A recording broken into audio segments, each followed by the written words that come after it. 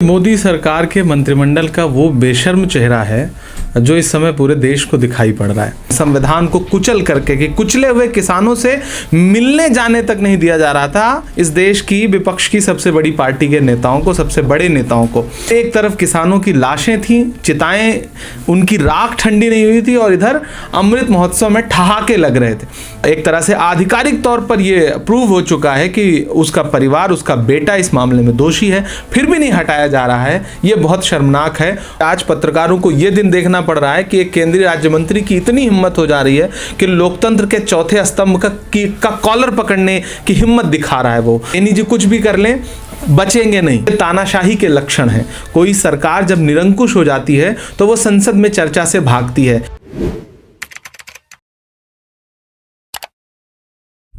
आपका स्वागत है। मैं असरार अहमद। लखीमपुर में जिस तरीके से हिंसा की गई, एक गृह राज्य मंत्री के बेटे ने किसानों पर गाड़ी चढ़ा दी, किसानों की मौत हो गई, लेकिन उसके बावजूद भी मंत्री जी को अभी तक प्रधानमंत्री नरेंद्र मोदी ने अपने मंत्रिमंडल से नहीं हटाया है। एसआईटी की जांच भी हुई। एसआईटी में ये पाया गया कि जानबूझकर किसानों पर गाड़ी चढ़ाई गई थी, लेकिन उसके बावजूद भी अभी तक उनको नहीं हटाया गया। और आज पत्रकारों से यह हद हो गई कि अभद्रता कर रहे हैं, उनको गालियां दे रहे हैं। तो इस मुद्दे पर बातचीत करने के लिए हमारे साथ मौजूद हैं कांग्रेस अल्पसंख्यक विभाग के राष्ट्रीय अध्यक्ष श्री इमरान प्रतापगढ़ी जी। सर, ये बताइए कि जिस तरीके से लखीमपुर में हिंसा हुई, किसानों पर गाड़ी चढ़ाई गई और आज ये मामला आ रहा है कि वो पत्रकारों को ही गाली दे रहे हैं जब सवाल उनसे पूछा जा रहा है, तो ये मोदी सरकार के मंत्रिमंडल का वो बेशर्म चेहरा है जो इस समय पूरे देश को दिखाई पड़ रहा है। पहले किसानों को कुचला गया और पूरे देश ने, खासतौर से कांग्रेस ने आगे बढ़ कर के इसमें आंदोलन किया। प्रियंका गांधी जी डिटेन रहीं, 3 दिन तक अस्थायी जेल में रखी गईं। और उसके बाद जब राहुल जी पहुंचे हैं तब सरकार ने मजबूर होकर के कांग्रेस के नेताओं को उस परिवार से, पीड़ित परिवारों से मिलने की इजाज़त दी। ये नंगा नाच होता रहा अलोकतांत्रिक तरीके से इस देश में, संविधान को कुचल करके कि कुचले हुए किसानों से मिलने जाने तक नहीं दिया जा रहा था इस देश की विपक्ष की सबसे बड़ी पार्टी के नेताओं को, सबसे बड़े नेताओं को। उसके बाद पूरा देश मांगता रहा इस्तीफा कि नरेंद्र मोदी जी अपने उस मंत्री को बर्खास्त करें, मंत्रिमंडल से हटाएं। लेकिन इस सरकार को जनता और विपक्ष की मांग से कोई लेना देना नहीं है। जिस समय पूरा देश मांग कर रहा था कि उसे हटाया जाए, उसी समय नरेंद्र मोदी जी पहुंचते हैं लखनऊ आज़ादी का अमृत महोत्सव मनाने। और उसके बाद एक तरफ किसानों की लाशें थीं, चिताएं, उनकी राख ठंडी नहीं हुई थी और इधर अमृत महोत्सव में ठहाके लग रहे थे। उसके बाद जब विपक्ष और हमलावर हुआ तो आपने देखा कि एक दिन अमित शाह जी पहुंचते हैं और उसी मंत्री को अपने बगल में बिठा करके देश को यह संदेशा देते हैं कि यह सरकार जो है वो जनता की और विपक्ष की आवाज़ बिल्कुल नहीं सुनेगी, संविधान और लोकतंत्र का रत्ती भर भी सम्मान नहीं करेगी।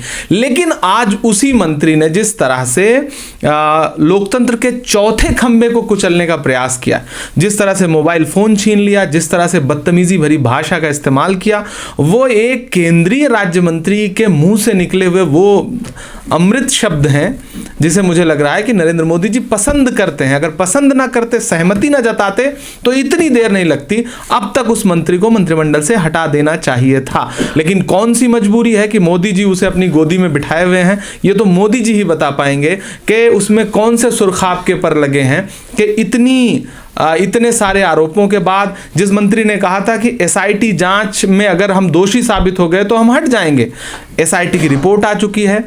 एक तरह से आधिकारिक तौर पर यह प्रूव हो चुका है कि उसका परिवार, उसका बेटा इस मामले में दोषी है, फिर भी नहीं हटाया जा रहा है। ये बहुत शर्मनाक है और मुझे अफसोस है कि भारत के लोकतंत्र को, भारत के संविधान को, देश की संसद को, देश के मंत्रिमंडल को ऐसे लोगों के चेहरे को भी देखना पड़ रहा है। सर, टेरी जी कह रहे हैं कि ये पत्रकार ही वो लोग हैं जिन्होंने मेरे बेटे को फंसाया है, इन्हीं की वजह से उसका नाम आया है। नहीं, काश इस देश के पत्रकार ऐसे हो जाते कि उन पत्रकारों की वजह से आरोपी फंसने लगते। हालांकि पिछले 6-7 सालों में पत्रकारों ने भी अपनी पत्रकारिता की शुचिता और ईमानदारी को कहीं ना कहीं ताक पे रखा है, जिस वजह से आज पत्रकारों को ये दिन देखना पड़ रहा है कि एक केंद्रीय राज्य मंत्री की इतनी हिम्मत हो जा रही है कि लोकतंत्र के चौथे स्तंभ का कॉलर पकड़ने की हिम्मत दिखा रहा है वो। वरना इस देश में पत्रकारों को इस तरह से बदतमीजी से पेश आना, किसी राजनेता में कम से कम इतना साहस कई दशकों बाद देखने को मिल रहा है। तो मैं अगर टेनी जी ये कह रहे हैं कि पत्रकारों की वजह से उनके बेटे को फंसाया गया है,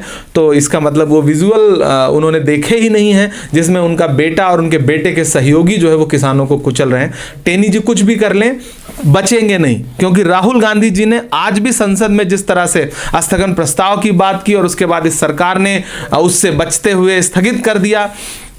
राहुल जी ने जब कह दिया है, और राहुल जी ने कह दिया है कि हम बर्खास्त करवा के छोड़ेंगे, चाहे 5 साल, चाहे 10 साल, चाहे 15 साल, हम इस लड़ाई को लड़ते रहेंगे, तो राहुल गांधी जी ने कहा है तो नरेंद्र मोदी जी को करना पड़ेगा। क्योंकि राहुल गांधी जी ने कहा था कि काले कृषि कानून वापस लेने पड़ेंगे, तो लेना पड़ा।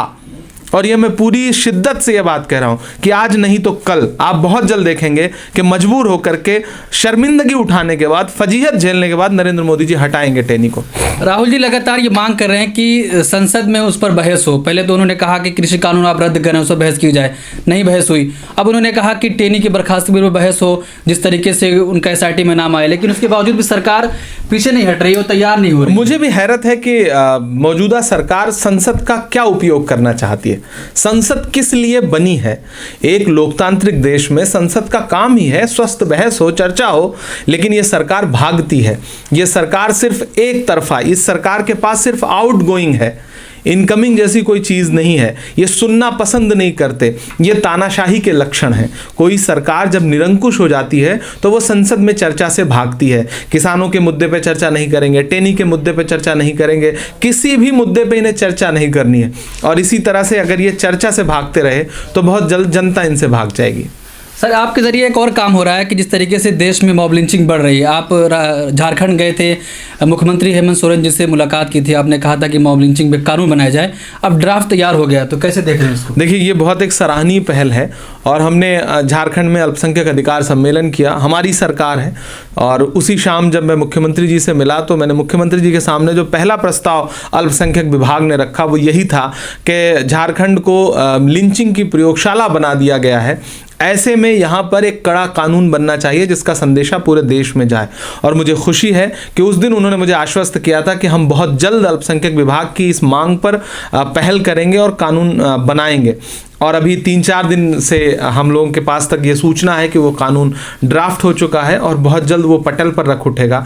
तो मुझे पूरी उम्मीद है कि हमारी जो गठबंधन की सरकार है वहाँ पर हेमंत सोरेन जी एक अच्छे मुख्यमंत्री की तरह काम कर रहे हैं कांग्रेस के सहयोग से।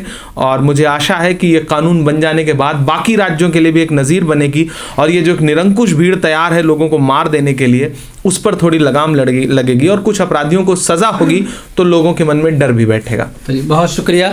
ये थे इमरान प्रतापगढ़ी जी, जो लगातार लखीमपुर खीरी में हिंसा हुई, उसके बाद अब एसआईटी में नाम भी आ गया मंत्री जी के बेटे का, उसके बावजूद भी उनको नहीं हटाया जा रहा है।